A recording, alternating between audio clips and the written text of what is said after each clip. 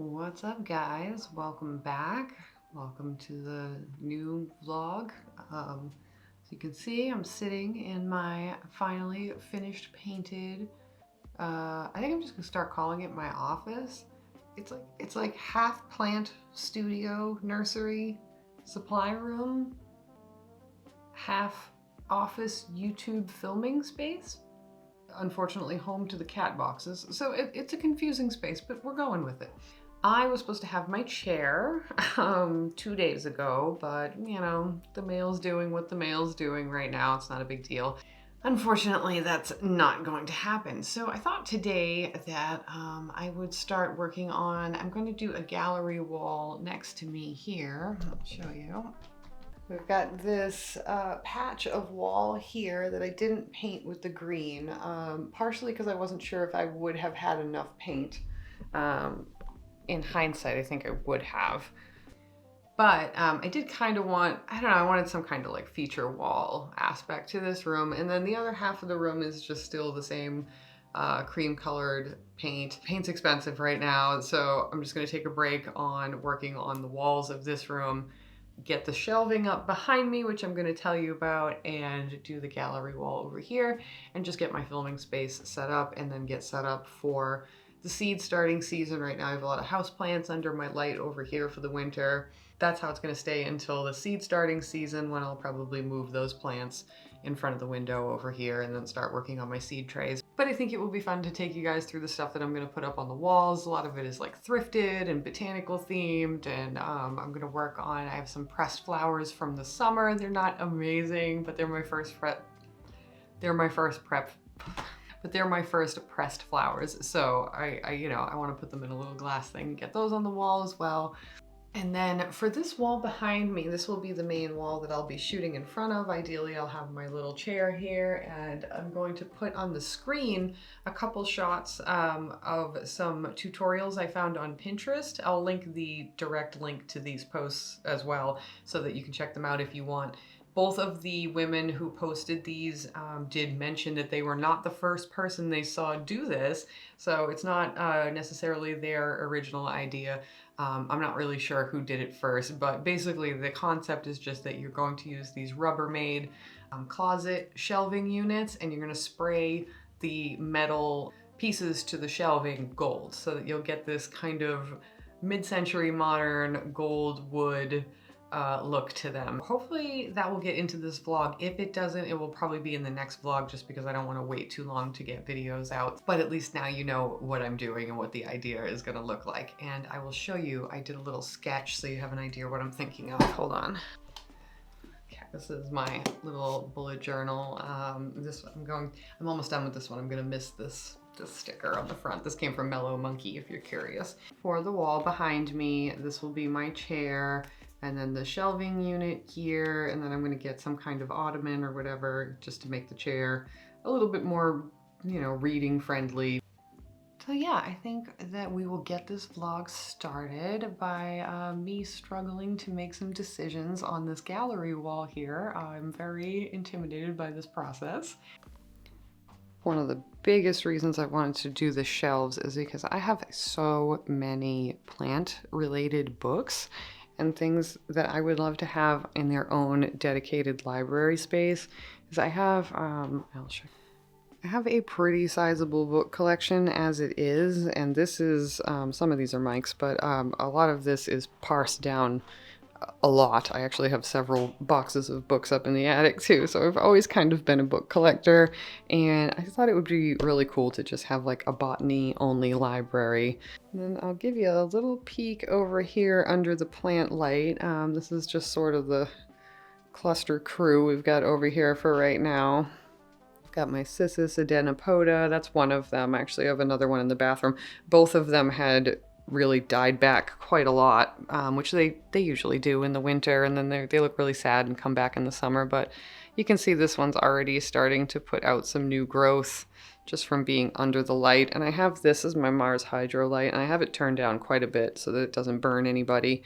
I need to put some batteries in my light meter so I can check and make sure that these have a good amount of light going on, because I would really hate to burn any of them.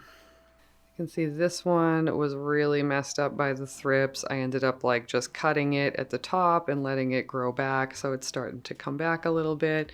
My poor anthurium started to get it too, so it lost a couple of leaves, but still got one hanging in there. And I think last time I looked in there, I don't want to get too close so I don't knock anything over, but pretty sure last time I looked it was growing a little bit in the center, so that's good. My incredible ruby cascade peperomia that you guys have probably seen before, that had just feet and feet of lush foliage, died all the way back to this one little sprout, and I am just absolutely devastated because I loved that plant, so I'm really hoping it comes back. That was one of my brag plants that people have a hard time with, that I for some reason didn't have a hard time with, but I think the thrips might have gotten to her or something happened, I'm not sure.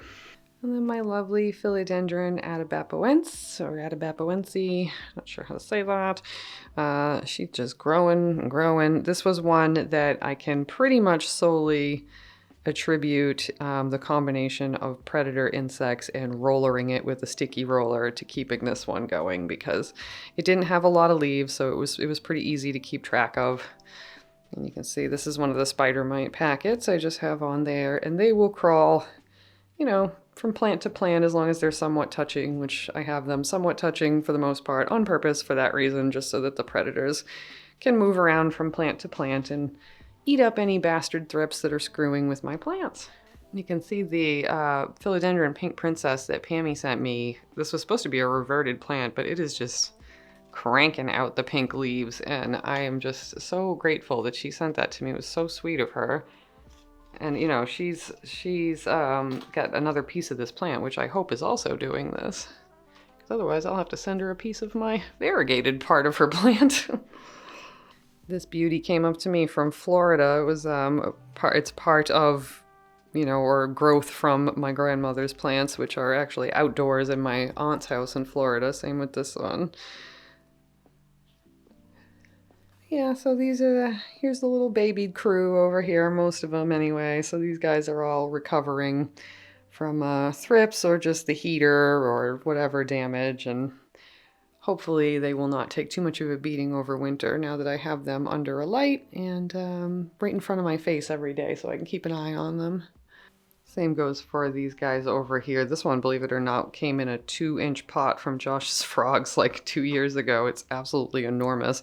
So this one has been having a lot of trouble with thrips, which you can probably see in some of the damage on the leaves, which is such a bummer. This is one of my favorites. So this one, they are still showing up on this plant from time to time. I can't tell if that's plaster or thrips, but either way, I'm going to wipe it off because I've seen something on the plant, and we just keep doing that until it is thrip free. This little guy took a real beating because of the thrips, and it is bouncing back, thankfully. I would have been really sad if this little pilea died on me. We've got some sad peperomia back here that's still, it's a polybotra, I think, still bouncing back from the thrips. Same with my Queen of the Night cactus. Things are just looking a little rough here and there. Another philodendron recovering down there. So the battle is not lost, guys. The battle is not lost. And something you guys didn't get to see last vlog because I couldn't get the footage off my phone was that I picked up a philodendron brantianum at Home Depot, Lowe's? At Lowe's. And I was very excited about that. I didn't, it looks like a different company too. I'm not sure if these are like another branch of Costa Farms or whatever, but I was very excited to see that it looked like it wasn't Costa Farms. So I picked these up, and I think they were like 15 bucks a piece, if that. And then I got another Micans because mine unfortunately was lost to the thrips. So I'm very excited to have those two, and this is sort of their isolation chamber as they adapt to my home and hopefully not infect anybody with anything.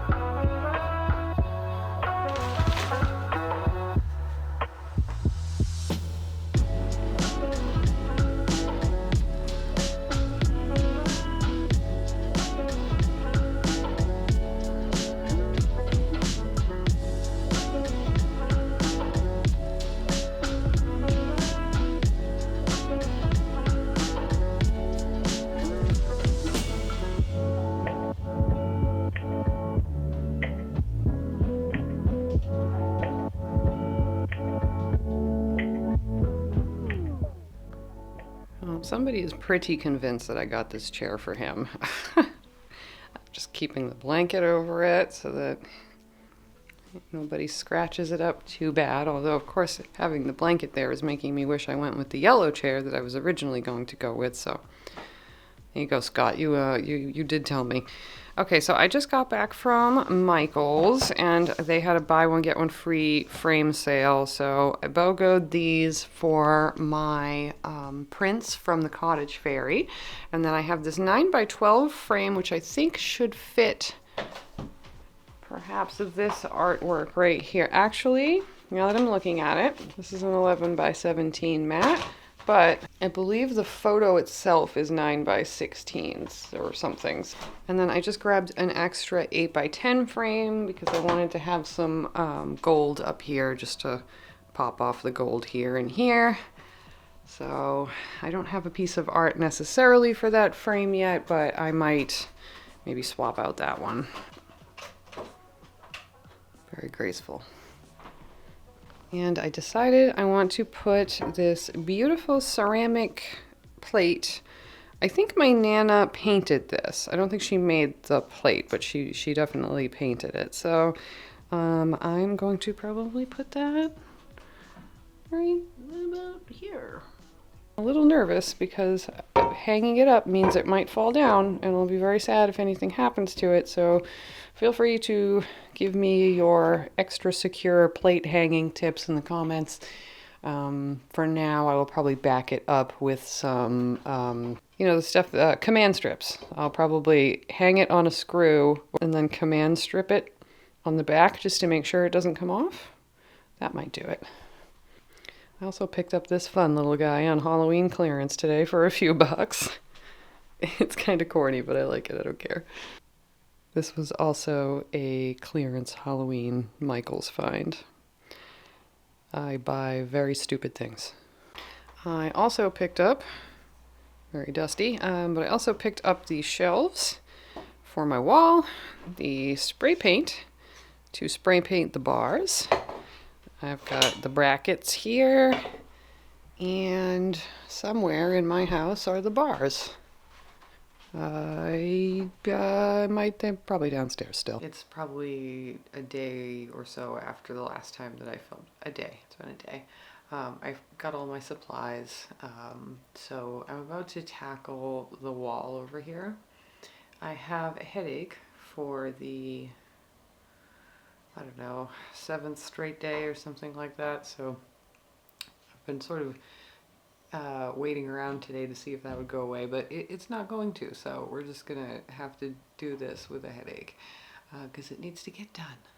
So I think we're gonna get started on this wall, which gives me some anxiety, but we're going to do it. Yes, we are. Yes, we are.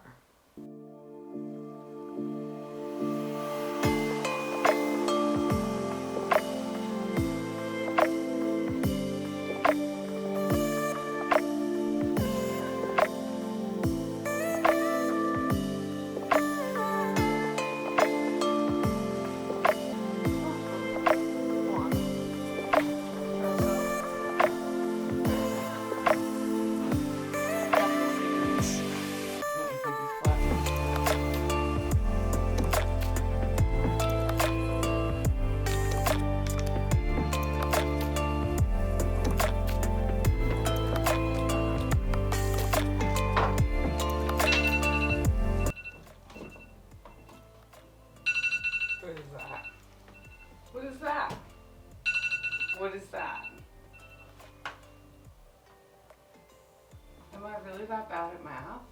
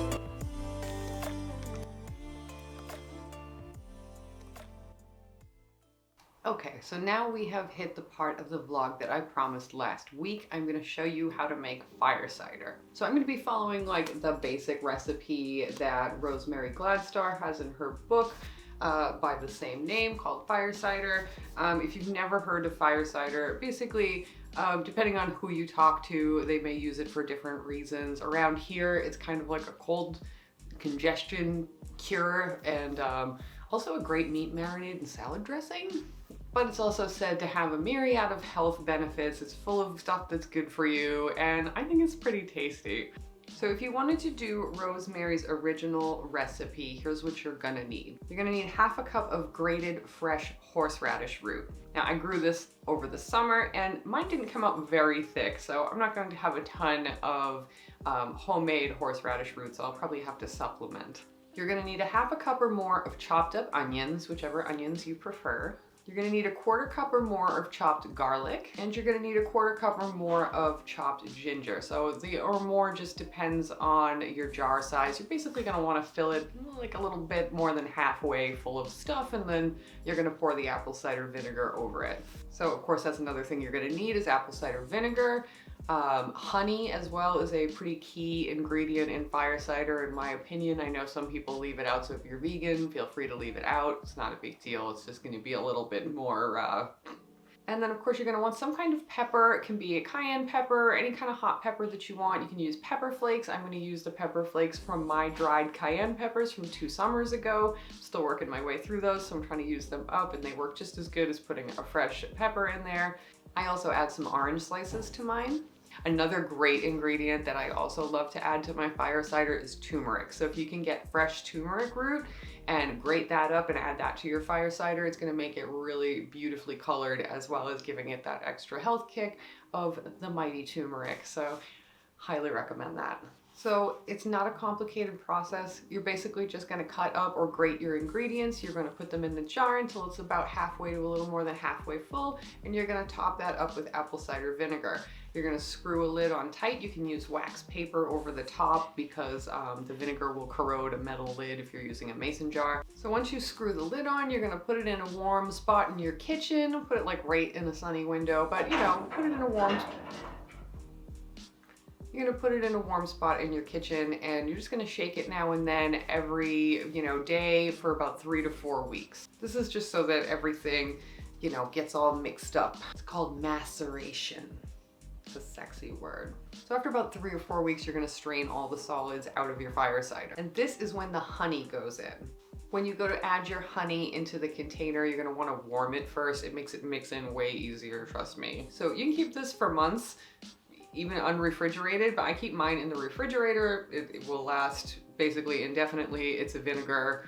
And if you want to take it like a daily tonic, you basically just want to have like a little shot glass, and you just every day. And I recommend taking a sip of water afterwards just to rinse out your mouth, because vinegar is not good to sit on your teeth. This is a really cool book because this has 101 recipes of fire cider in here, and it's just all from the people who came up with their own recipes and their stories behind them. And there's just all kinds of ideas in here for you to kind of make your own signature fire cider, because something that Rosemary Gladstar actually went to court over was the ability for people to use the fire cider recipe, to call it fire cider, and not try to trademark it and take something away from the world, basically. She feels very passionately about people making this their own. That is how you make fire cider, and I hope that you give it a shot. Let me know if you do.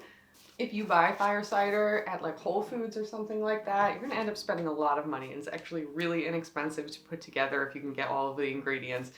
All right, guys, I think I'm gonna finish up the vlog here. In the next vlog, you're gonna see me finally get these shelves up on the wall. I hope. I am so nervous about it. I have 100-year-old horsehair plaster walls.